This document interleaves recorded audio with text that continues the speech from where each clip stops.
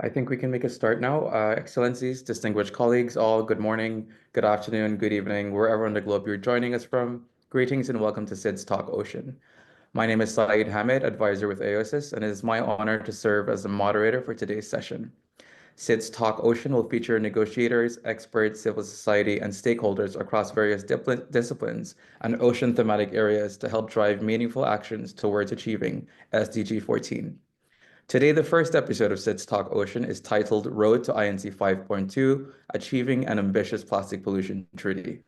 I wish to now take this opportunity to invite Her Excellency, Ambassador Ilana Seed, Permanent Representative of Palau to the UN and Chair of the Alliance of Small Island States, to deliver a few opening remarks.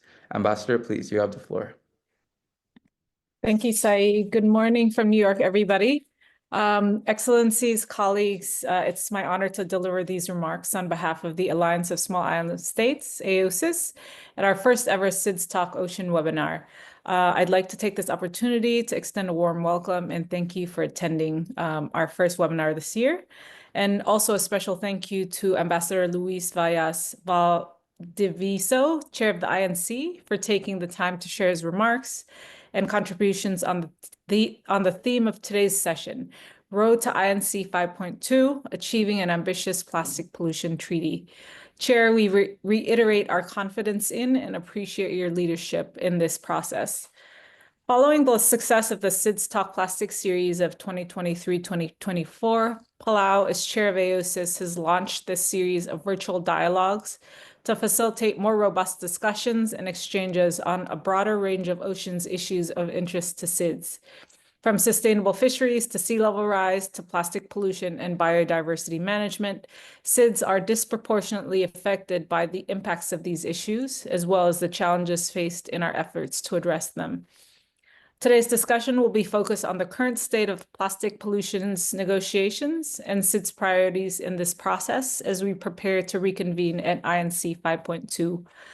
While we were unable to complete our work at INC 5 in Busan, there was significant progress made in advancing the draft text that was prepared by the INC chair. However, time was against us, and several key areas still require further in-depth discussion. For instance, financing under the future instrument remains a contentious issue. For SIDS, there must be new, additional, adequate, predictable, sustainable, and timely financial resources with priority and simplified access for SIDS.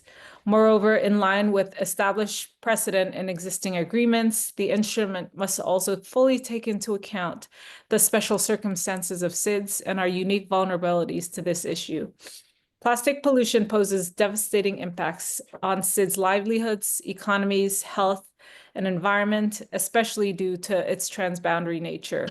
Our unique geographic conditions, limited resources, and sensitive economic sectors such as tourism and fisheries, which are most vulnerable to external shocks, put SIDS at the forefront of the plastic pollution issue. The remediation of existing plastic pollution in the marine environment, including in areas beyond national jurisdiction, must be addressed through a mechanism and a remediation fund under the instrument as well. We must not forget that this was the issue that drove the adoption of UNEA Resolution 5/14, which initiated this entire process. As we await further details on INC 5.2, AOSIS calls for timely and clear instructions on the organization of work and strategic planning around informal intersessional activities, such as potential informal heads of delegations meetings or high-level events. AOSIS remains firm in our calls for an ambitious, effective, equitable, internationally binding instrument that addresses a full life cycle approach to end plastic pollution, including in the marine environment. Today, we've convened a panel of negotiators from across SIDS regions to share their experiences at INC 5 and their expectations for the journey to INC 5.2, where we hope to finalize this critical instrument. Thank you once again for attending, and we look forward to an engaging and fruitful discussion. Saeed, back to you. Many thanks, Ambassador. I will now invite His Excellency Ambassador Luis Valdivieso, Chair of the INC, to deliver a few remarks on INC 5 and the state of play of where we are currently in the INC. Ambassador, please, you have the floor. Thank you very much, Said, and Excellencies and dear colleagues. So nice to be with you here. I'm sorry I had some inconvenience in the connection because I'm traveling. Actually, I'm in my car right now, but now I'm connected and very happy to be with you. Well, once again, thank you very much. I really appreciate very much this invitation to talk to you, to talk to SIDS, to AOSIS, and also quite important to exchange different points of view, different ideas and suggestions. Well, we all have been in Busan. Well, I believe that all of us that are here, we were in Busan, and also it's very important to hear from you. Yes, what we saw and what happened in Busan, but most important also what we could do now in this intersessional period, informal intersessional period, and prepare a successful INC 5.2. For me, and as I have heard also from many of the different negotiators, colleagues, member states, and organizations, observers, we did advance. We did advance in Busan. We advanced in a number of provisions, reaching a high level of convergence. We still need to work on those provisions, but still, as any other negotiation, remains some issues that we need to give more time. We need to give more effort in our negotiation to show more flexibility and to work in this intersessional period, as I mentioned, to also find those common grounds, to find those landing zones that we could take into INC 5.2. I encouraging and also I'm also asking members to talk to each other like you have done it. And I really appreciate all the discussions, all the talks among member states. That is very important.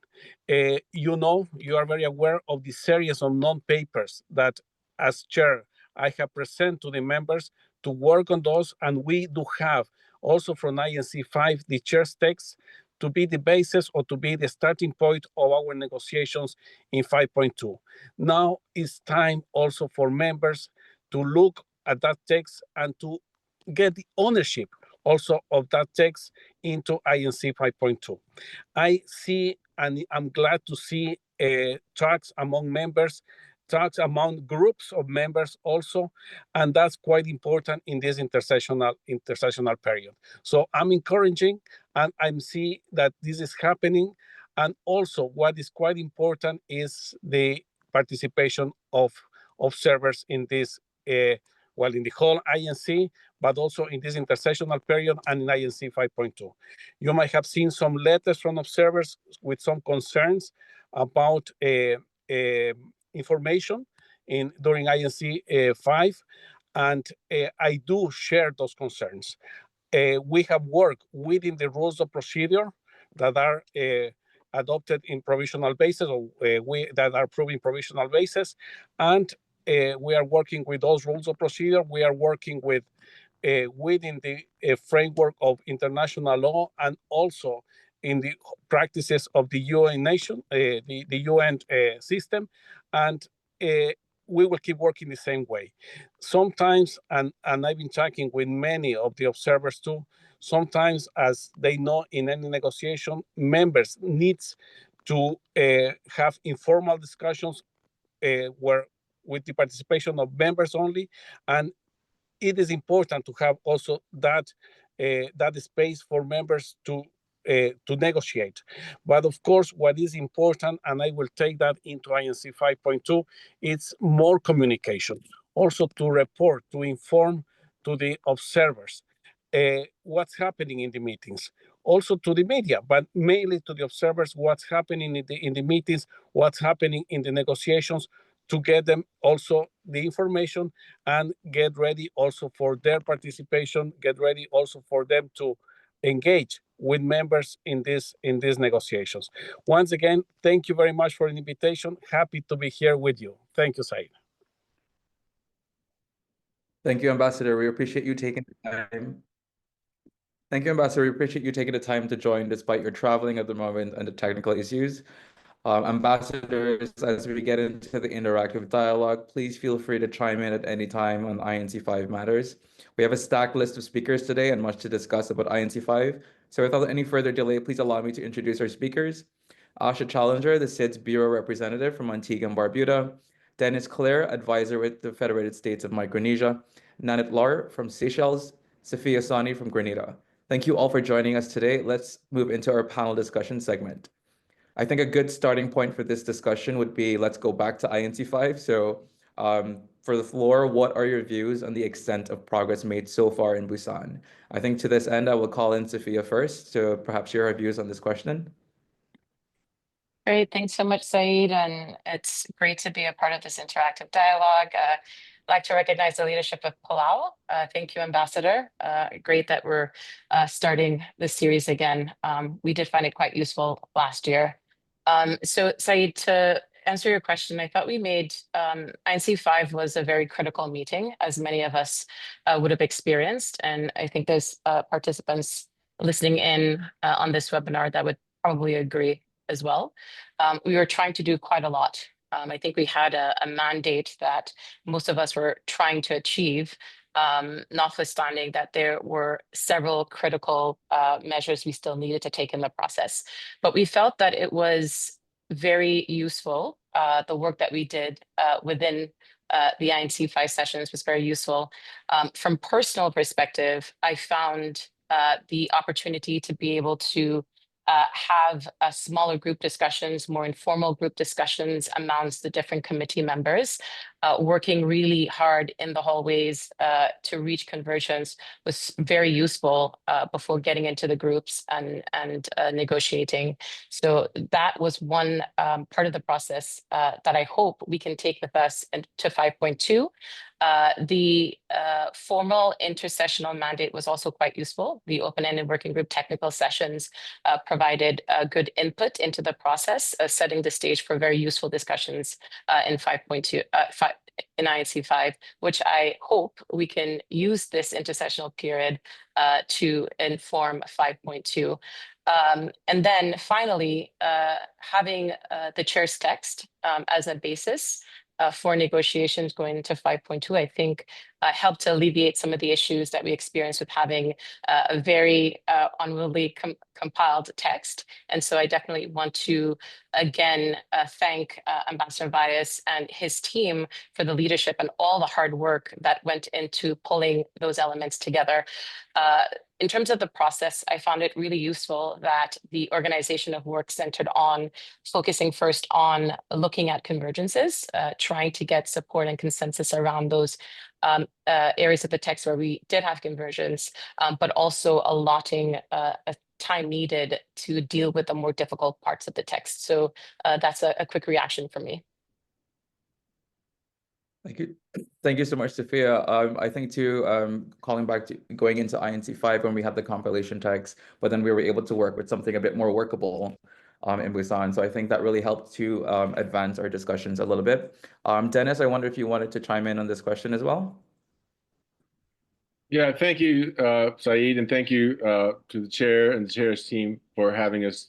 I think looking forward, these types of engagements are critical to the progress that we need to make. As far as assessing progress at the first session of INC5, I think it's helpful to actually look backwards.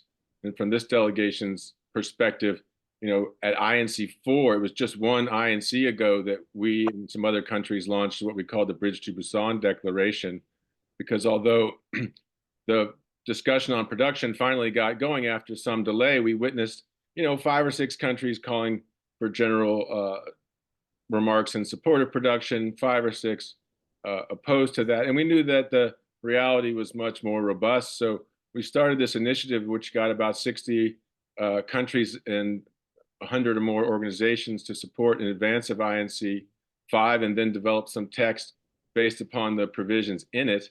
And by the end of INC5, we had over 100 countries agreed on specific language on production in a proposal. So to go from 5 or 6 countries making sort of general remarks at INC4 to over 100 countries agreeing on specific language on that issue at INC5 is a major step forward. Our delegation has seen similar progress. We were part of a finance proposal at INC-2 that had 8 countries on board. By INC-3, it was 60. In INC-5, although not all the countries joined as co-sponsors, we had 120 countries willing to use that text, that idea as the basis of the negotiations, one of 2 texts. And I think that's a major sign of progress as well, because once you can get down to the countries of the world on 1 or 2 options, you can bridge those gaps and you're there. So we've seen major progress on key issues. If you look back at INC-4, obviously there's looking ahead and there's a ways to go, but substantively we're making progress.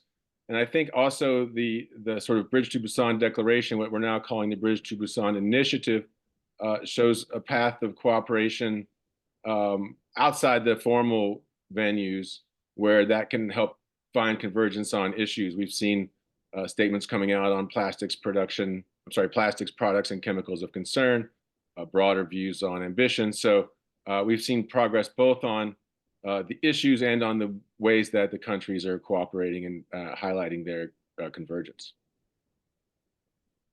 Thank you, Dennis. I think both you and Sophia also kind of touched on some of the things that might work between now and INC 5.2 and in terms of recommendations for how we proceed with modalities and engaging in informal discussions. I think then to this end, Asha, I will call on you to see if you have any thoughts to share. Thank you, Saeed, and great to see. I see that we have over 250, almost 300 participants. So this shows the significant interest in this process. So I think this meeting is quite timely, and kudos to the AOSIS chair for sort of evolving from SIDS Talk Plastic into SIDS Talk Ocean. As we know, this is a wide-ranging issue, and I look forward to participating and interacting with some of those in the future. So regarding INC-5, the colleagues before me raised some very, very salient points. I'm not going to really repeat, but I kind of want to talk about the general interest in this issue of plastic pollution. We had almost 3,500 participants in Busan, over 170 countries. Not many multilateral processes can boast that sort of active engagement. A record number of media, and as the chair spoke about, the engagement of observers. This shows that this issue impacts so many people. So this is very, very important. We have to sort of unlock our differences and come to an agreement. I think this is very important. Sort of piggybacking on some of the points that from my earlier colleagues, I think like where Dennis said, we were able to coalesce 100 countries on some key issues. So we have a better understanding of each other's red lines, I feel, and hopefully we can take that forward in the intersessional, and we'll talk about that more later, to try and unlock some of these issues and come to landing points where we can feel comfortable and report back to our constituencies that are really paying attention to this on the various issues. The chair's text is the starting point for our discussions. A lot of work needs to be done there, and I know that our delegations are committed to working on that. So those are some of the areas of progress that I see, and see it as an excellent sort of launching pad into a lot of work that we have to do, and I believe has started already, in reaching those landing zones to agreement on some of, and the issues of great divergence, and also the issues where we seem to be on the same page, but we're not quite there yet. So we have to not forget about those quote unquote low-hanging fruit as well. So that's my contribution at this time. Thanks. Thank you, Asha. And yeah, in terms of the attendees, we definitely do see a lot of interest in furthering discussions on plastic pollution and the negotiations. I think then I will hand over to Nanette in case she has anything to add on this question. Thank you, Saeed. I'm sorry, I'm having some internet connection issues. I would like to firstly thank you and the chair's team for initiating this type of engagement, especially at this critical moment of the negotiation, And a lot have been said by the previous speakers with regards to INC-5, which was very important session. I recognize that progress at INC-5 was made, even though it was a bit slowly from my point of view at the beginning of the session, but then the momentum surely increased during the mid negotiation. And also, I would like to appreciate the INC chairs team for the effort in trying to finalize the treaty. We saw a lot of divergence, but there were a lot of convergence with regards to some of the issues. And I think what the previous speakers said with regards to the work that happened during the intersessional period, it was a very good starting point because it did set the basis for discussion at INC-5 and also with regards to the chair's papers, which was circulated. So it gave us, a starting point for the negotiation.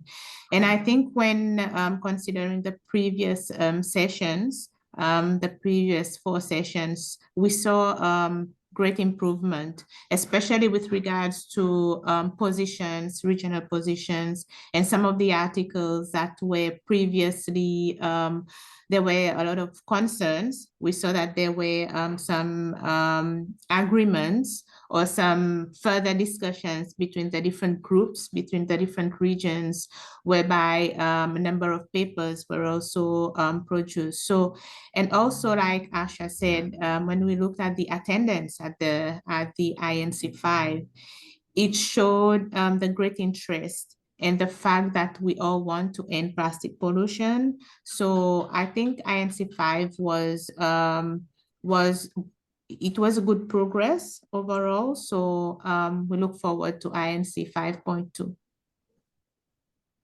Thank you, Nanette. And I think Dennis put it quite nicely too, in terms of like, we need to look back as well in terms of how far we've gone and then where we are now at INC-5. So I think across the board, we've acknowledged that there was progress. Timing was an issue. However, some things did work, like the chair's efforts to provide a basis of discussion to help us advance, and then the formal intersessional work as well. So I would put it out to any of our panelists in terms of, are there any recommendations for the organization of work moving forward? And what would you like to see come out of the intersessional period before 5.2?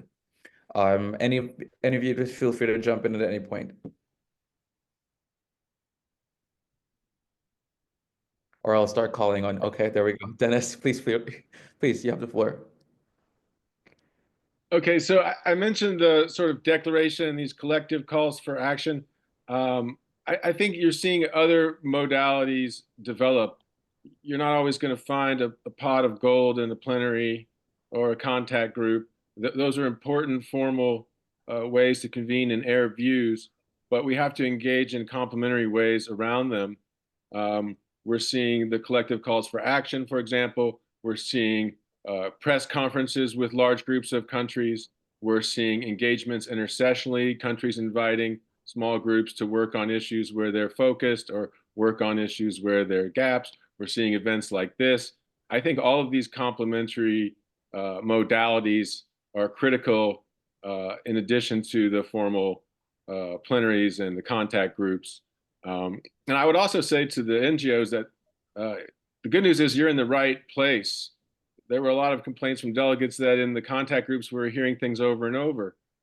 You know what's been said there. The work that's being done on proposals and on texts, you are in that space and you are necessary and you are helpful. So we hope to get you more involved in listening to the rotomontade and the contact groups, but you're in the place that's most important to be now, working with all of us.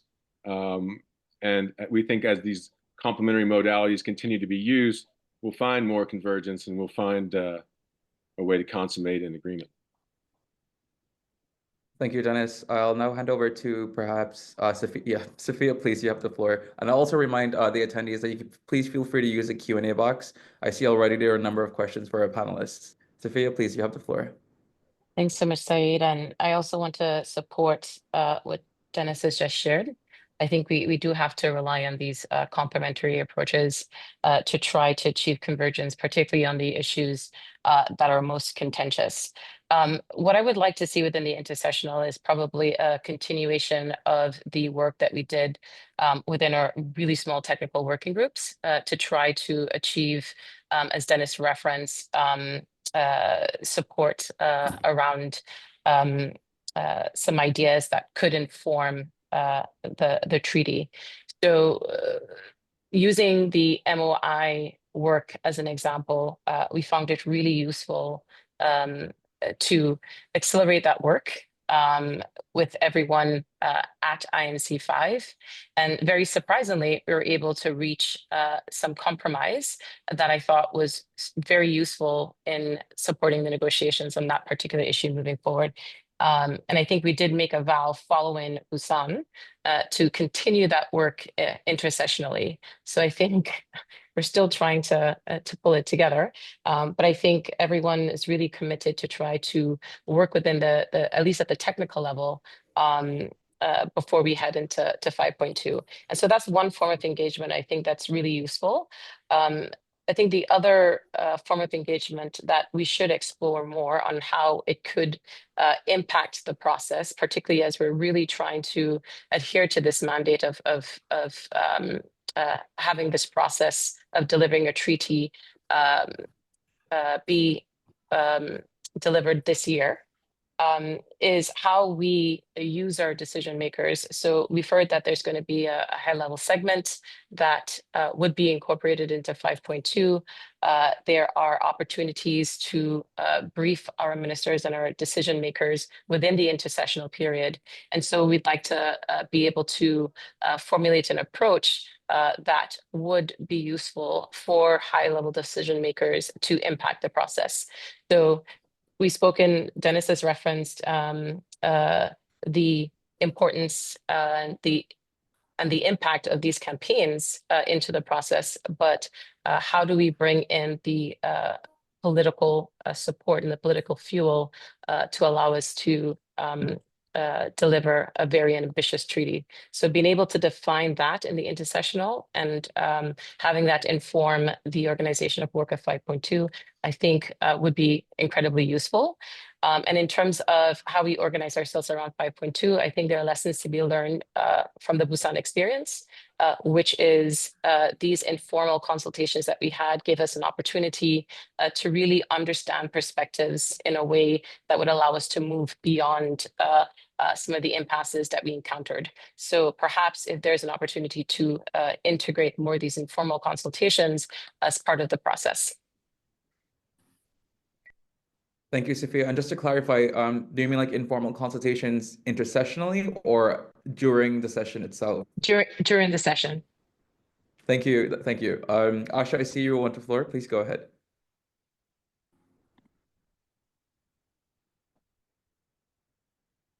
Asha, you're muted. Thank you. I just wanted to build on some of the excellent points made by Dennis and Sophia. Particularly, I like how Dennis put it as the, the complementary work and the complementary formats. Those are very, very useful. I think, however, we need to sort of expand the participation in some of these complementary space. We've been sort of depending on, for want of a better word, like-minded discussion groups. I think if we want to close it, we have to have those direct conversations with the delegations that we know don't really agree on some of these issues. So I think that before we get to 5.2, I think that will really, really be useful. We know the delegations, I think 5 in Busan, we got a clear understanding of where we stand. So I think it's time to have those maybe difficult discussions and bring in our political decision makers to maybe unlock some of these issues. If I have instructions from my capital, I have my leadership here so that we can see how we can work to perhaps find a landing ground. So I think that is key intersessionally, and also there must be space for this political intervention when we get to Busan. And just again, lessons learned from Busan. Clearly we just didn't have enough time. So in terms of organizing our meeting, there needs to be more time. And as negotiators, we will take, if you give us 2 months to discuss something, we'll take 2 months, but within reason, with as clear as possible structure and a plan and a scheduling, so that we can give enough attention to the issues that need discussions. I also think that with sufficient intersessional discussions, we can move from those reiteration of positions that we were hearing in the contact groups and informal groups towards decision making, because I think we have yet to make that real leap towards negotiation mode in our contact groups and in informals when we get to the INCs. So hopefully a good mix of all these ingredients can lead us to some good outcomes in the resume session. Thank you. Thank you, Asha. I think you made a really important point here. Like, there's a need to streamline as well the complementary modalities, but also to prevent the reiterating of the same things over and over, but also discussions on the same things in silos across the INC, which when you go to the session, you're only able to have like surface level discussion, but not like working discussions where you can try to find landing zones. So I think that's a really important distinction to make. I see Ambassador Seed has requested the floor. Please go ahead. Thanks, Saeed. Yeah, I just want to support what Asha just said about our need to start collaborating and discussing with kind of non-like-minded groups. And I think within, for example, the climate negotiation space, some of those conversations that are done in offsites, for example, where kind of largely supported by NGOs and philanthropies that bring the chairs of various negotiating groups together, were kind of somewhere casual, where people have a chance to interact informally and also be creative. I think those are really important complementary processes. And so this is also supporting what Dennis said, which is the NGOs are important parts of this process. And so as ASG's chair, we're keen to work together on things like that. So if there are NGOs, philanthropies, et cetera, that want to help us kind of convene across the non-like-minded to try to build some bridges, we'd really be keen to do that as well. Thanks. Thank you, Ambassador. And Nanette, I see you've requested the floor. Please proceed. Yeah, thanks, Ryan. I think one of the issues which have been raised is with regards to the number of days that we have in terms of negotiating. So I think this is one of the key factors that needs to be taken into account at INC 5.2. And also the main objective of INC 5.2 is to have the treaty. So a lot of work needs to be done during the intersessional period. Like previous speakers have stated, we need to reach out to the other groups, and the work of the technical working group, this proved to be very helpful. So I think this should be used as well as one of the modalities towards 5.2. And I think during 5.2, like we said, we have like informal discussions with the other groups, the other regions, because otherwise we will see ourselves in the same position as in INC 5, going back and forth with regards to positions and also trying to bridge the gap. So this is my take on it towards 5.2. Thank you, Nanette. So we've covered what progress we made at INC 5. We've covered what lessons were learned, what are our recommendations for organizational work at 5.2.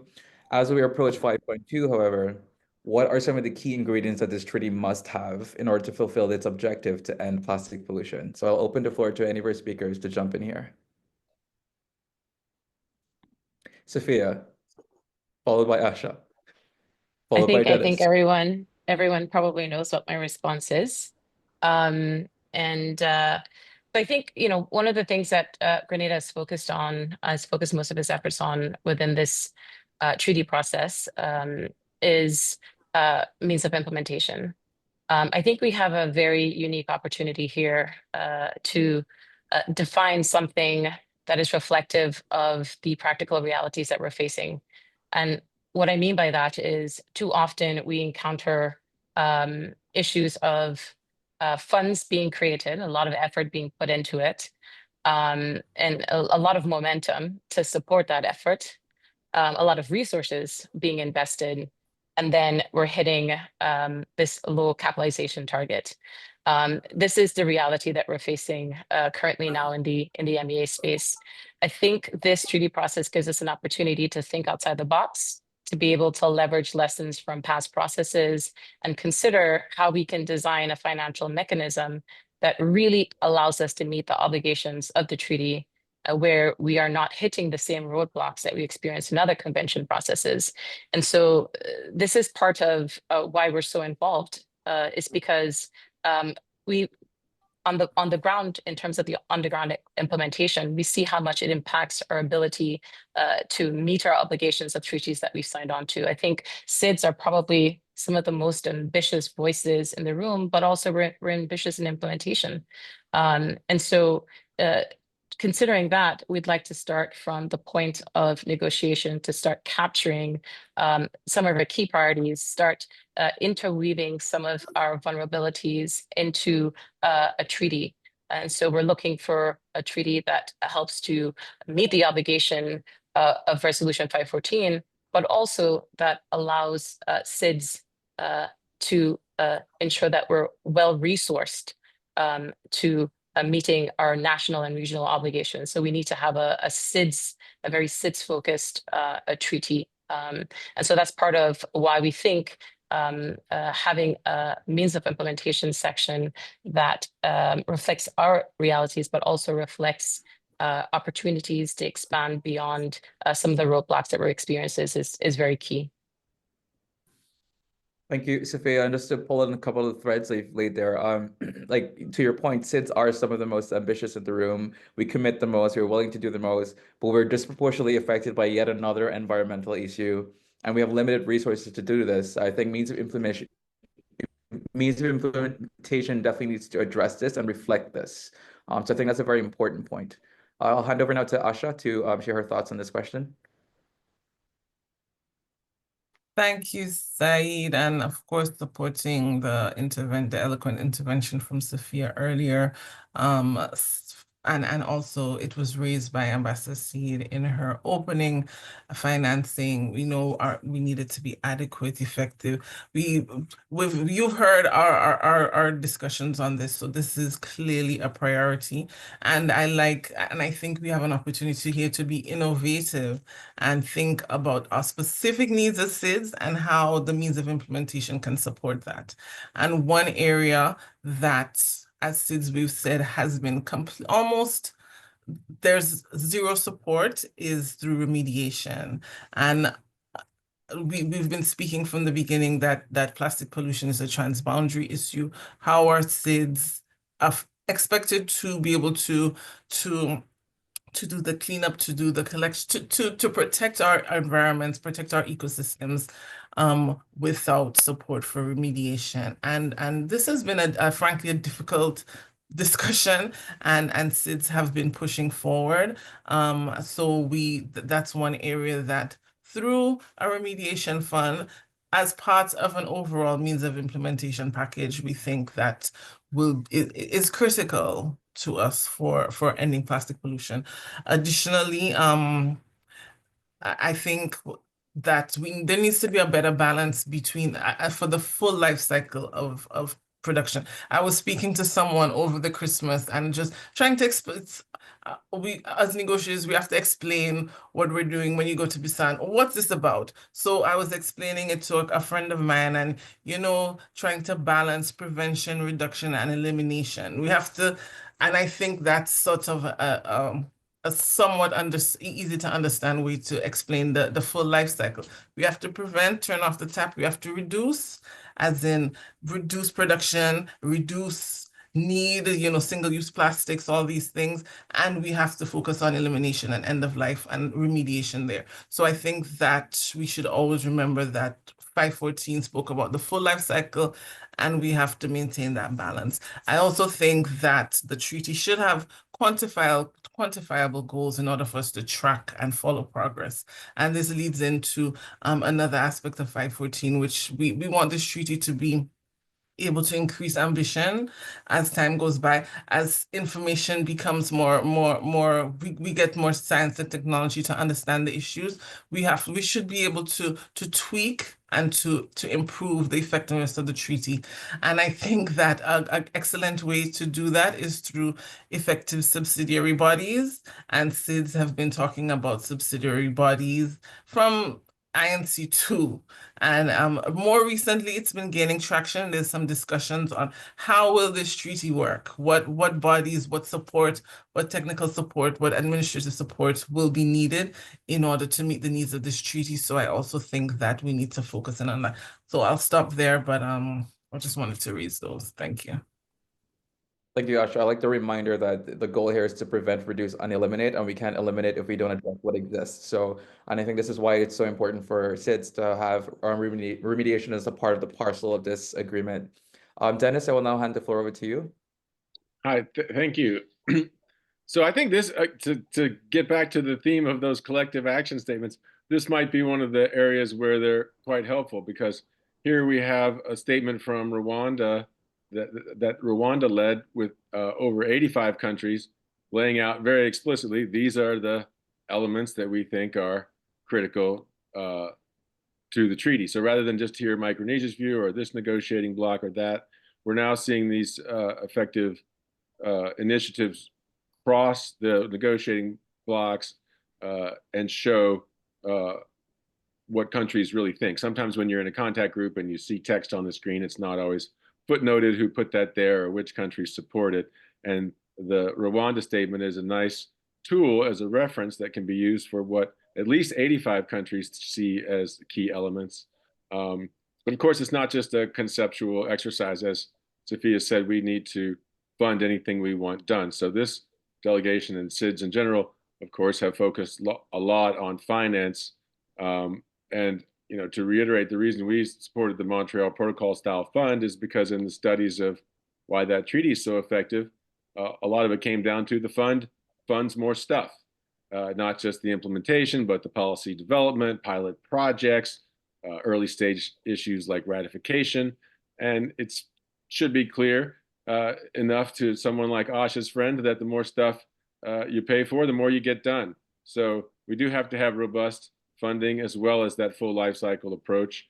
And I do think some of the external statements can be a good reference for where countries are when it's not always clear on the screen in a big mess of text. Thank you, Dennis. And finally, Nanette, any thoughts on this question? Thank you, Said. I think SIDS have been one of the most loudest voices when it comes to the negotiation towards this treaty. And I think one of the main elements is to always remember our special circumstances. That's why we are trying to put forth our different positions with regards to the treaty. And also we do experience the challenges, like previous speakers have said, in implementing those treaties at home. So the financial mechanism, the mean of implementation, and also the fact that we are being affected. So there needs to be a good approach in terms of, like I said, negotiating with the other groups, and also taking into account the full life cycle of plastic. This we have been advocating for since the beginning of the negotiation. So as SIDS, we need to take ownership of the treaty. So hence why we are trying our best to put forth our different circumstances in terms of the challenges that we have. So I think the treaty should really be addressing all of these issues. And I think we've seen that different, like Dennis have stated, different countries or regions are coming up now with different approaches in terms of implementation. So this is a good way and good thing for us. Thank you, Nanette. I think that I see the Q&A exploding, so I'd want to get to some of these before we close. We have 14 minutes left on the call. So I'll throw one out. Any of the panelists feel free to respond, but are there any specific concerns or issues with the current version of the draft text that you would want to highlight? Everybody's like, I'm not touching this one. I think what I've gathered from all of the panelists, though, is that we do have a way of working moving forward, and we have made progress on the text as we did at INC-5. So it's a matter of us working as an INC to get into some of the more nitty-gritty of the issues. So not to answer on your behalf, but I feel like that's the discussion, the path of the discussion we were having. Sophia, please, yeah, throw me a lifeline here.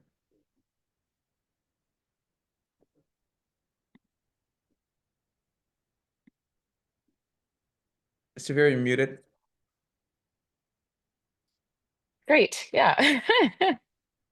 No, I was saying I was going to give a diplomatic response here, which is what we saw at the end of Busan was overwhelming support to use the chair's text as the basis for negotiation. And I think that says a lot. It took quite a bit of negotiations to, well, I guess I should say conversations and discussions to get us to rally around this particular draft text. Moving towards 5.2. So I think it shows that there's good faith in the process and a good basis for us to, as Asha said, doesn't feel like if we've been really negotiating, but it's a good basis to really accelerate that. Thank you, Sophia. Nanette, and followed by Dennis. I just wanted to say that maybe ahead of 5.2, we should have clear guidance on how the process will be, because I think one of the issues that we encountered at the beginning of the negotiation is that we did not have that guidance as to how we will proceed with the negotiation. So I think this is one of the areas that we need to really relook at ahead of 5.2. Thank you, Nanette. Dennis, did you want to come in on this or? Sure, yeah. Thank you. As I mentioned earlier, when you get down to a few options, it's really a matter of bridging the gaps between those options. I think the trickiest points is when the options are one option or nothing. I think the gap between existence and oblivion is the largest. I'm not a metaphysician, but I'm guessing that that's correct. So given that we're trying to protect our ecosystems, protect our cultures, protect our economies, prevent them all from going to oblivion, I strongly recommend, as a general principle, retaining provisions rather than going with the oblivion option. But where we have two good options on provisions, I think we'll be able to bridge those gaps. Thank you, Dennis. I see two questions that could be related here. There's a question concerning, there are questions concerning the participation of observers in the process. And I think some of you might have already touched on this in terms of the value of the role that they play, but also a role for scientific data and well-informed projections, and what role is that playing in the negotiations.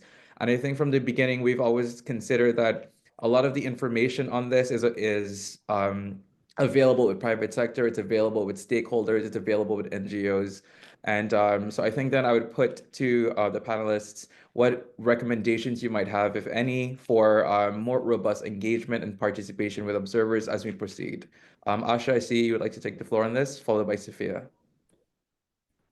Yes, thank you. And thanks for that question. And I think Dennis put it quite well, where the space we are in now is the best time for that stakeholder engagement, because the negotiation is a member state-led process. There's so much you can do as an observer within that structured process. The time is now for you to reach out to us, put out your papers, have your webinars, engage with delegations that where you may find agreement and also where you may find disagreement so for specifically for small island developing states where we don't have that scientific and technical knowledge on island and within our government structures, this is where we need or we would appreciate your input. I think Ambassador State also extended an opportunity to have use your convening powers so that you can bring delegations around the table so that we can hear your perspectives and your thoughts on these critical issues. I can speak for SIDS. We want to hear from you because like I said, we may not have the technical knowledge within our jurisdictions. And we also know that this is a global issue. So a specific challenge to us may have a different impact to somebody in another area. So now is the best time for you to engage with us. Send us emails, reach out to us, ask for meetings. They may not always be taken up, but I think now is the best space. And I can speak to Dennis in some of those informal meetings where I know you may want to be in there, but I think a lot of the good work is done in the hallways, intersessionally. This is the best time to engage with us. Thank you. Thank you, Asha. Sophia, please, you have the floor. And I'll be really short because I think Asha articulated well what I'd like to share. But for those of you who may not be familiar with the process, Asha mentioned that the process is member-led. It is. But what we have done within our negotiating groups is allow access to observers, to the scientific community to come in and participate. So one example, and I'd like to, again, congratulate some of the committee members for really integrating the NGOs and the non-state actors as part of the discussion. So we also negotiate, some of us as part of, some of the SIDS as part of the group of Latin American and Caribbean states. And so we've done a fantastic job in ensuring that we create space within our regional coordination meetings for the observers to partake. And when I say partake, they come in with proposals, they come in with text, they come in with scientific information, and it allows us an opportunity as member states to consider that as part of our positioning within the negotiation. So it's extremely helpful. And I'd like to thank those of you who have contributed as part of the observer process if you're on the webinar today, but certainly there is space, even though it's member-led, for observers and non-state actors to participate. Thank you, Sophia. I saw also a question asking how NGOs can support SIDS, but I think Asha, both you and Sophia have kind of touched on this as well in terms of like the need for SIDS tailored solutions, the more data within the context of SIDS, which is something we don't see a lot of. So I think that would be a key thing. Asha, I don't know if you wanted to jump back in on that question. Yes, so that, and I also wanted to thank many of the NGOs that have been supporting, that have helped, that have come forward with ideas and proposals, and there has been a lot of good work and good support to us. And so I just wanted to extend gratitude to those that have in the past and continue to do so. Thank you. Thank you, Asha. I think we have time to squeeze in one more quickly because we have had this discussion of means of implementation, and there is a question on what should be the core obligations that means of implementation should help SIDS implement.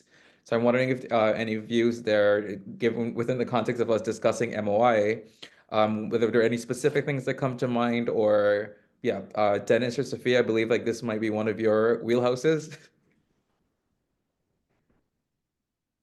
Hi. Okay. Well, we have a whole paper on that I won't reiterate the points of, but it's in the in-session submissions of INC-4. It's got a long description of what we think the key functions that should be funded are. It's got a visualization of that. Ours is based largely on what's done under the Montreal Protocol Multilateral Fund, because that's been the most comprehensive and effective. But in short, we need implementation, we need preparation, policy development, pilot projects, and then we need help with networking and engagement. What are the regional best practices? What are the sector by sector best practices, because what's available in one region may not be available in another region. What's expensive or inexpensive may change. So we need that regional networking to keep the implementation alive. But I do encourage anyone who's interested to check out our paper, Multilateral Fund for Plastics, to see exactly what we think should be covered. But obviously, whatever is covered is most likely to get done. So it's critical. It's critical to be robust there. Thank you, And I'll Dennis. just add quickly, and not just repeat what Dennis have said, just endorsing what he shared, but also to reiterate a point that Asha raised earlier in the session, is that, and Saeed also reiterated it as well, is that we have called since INC-2, I believe, for this remediation fund. And I think that's really important, because it isn't clear to us, given the volume of work it requires for SIDS to remediate, how that is going to be sustainably financed. And so part of what we're hoping that can be considered within the MOI is, one, having the fund locked in, but also identifying how that fund can be financed, and how resources can be given to SIDS to allow them to meet the needs. The other point I wanted to make was ensuring that our regional institutions, especially those that are already established, are empowered through the treaty and through the means of implementation. I think that's a point that has continuously been brought up by the Antigua and Barbuda delegation, which we endorse and support as well. So I'd like to mention that. Thank you, Sophia. And on that note, I don't think we've got very much time left. So I think apologies to any of the unanswered questions. We tried to get as many done as we could, but I think then we might have to bring the session to a close. I want to take this opportunity to extend thank you to Ambassador Seed and Ambassador Luis for joining us today. We are super grateful to our panelists as well for their insights and views. I wish to take this opportunity to reiterate the invitation extended by Ambassador Seed and our speakers for observers to continue to engage with SIDS. Now is the time to really transmit your messaging, your data, resources, and tools that could really help us advance an effective treaty at INC 5.2. As we engage informally, intersessionally, now is the time for these convenings and these dialogues. So I would then like to reiterate that invitation. And I thank you all for joining today's session. Have a great remainder of your day, and take care, everyone. Thank you, everybody. Thank you. Thank you all. Thank you.